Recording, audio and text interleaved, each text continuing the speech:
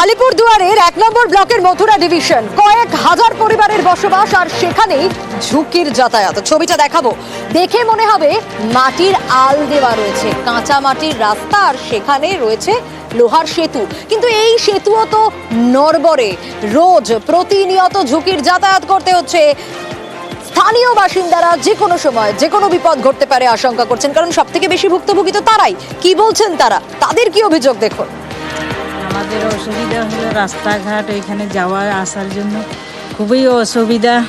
এমনকি যে পুল ছিল ওইটাও তো চলে গেল।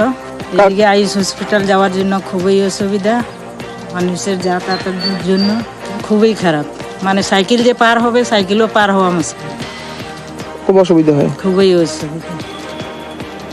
ছবি তো দেখলেন, আর ছবিটা কতটা ভয়াবহ সেটাও দেখলেন। রাজকুমার রয়েছে সরাসরি আমার সঙ্গে। রাজকুমার, কবে ব্যবস্থা হবে? এ ছবি তো 1-2 দিনের নয়, বছর বছরের সমস্যা, সমাধান কোথায়? একদমই সোনিয়া, দেখো এইটাই কিন্তু এখন কার্যত মথুরাতে লাখ টাকার প্রশ্নে পরিণত হয়েছে।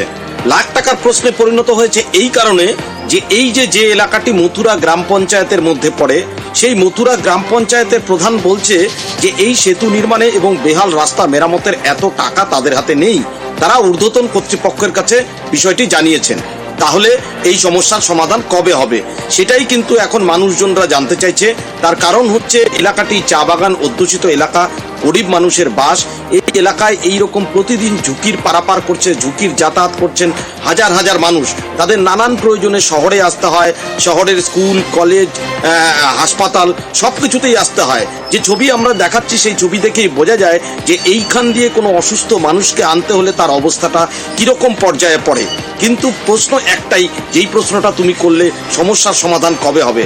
আমরাও সেদিকে তাকিয়ে আছি যে সমস্যার সমাধান কোন দিকে হবে। তার কারণ গ্রাম পঞ্চায়েত একদমই, অবশ্যই আমাদের নজর থাকবে রাজকুমার, অবশ্যই নজর থাকবে।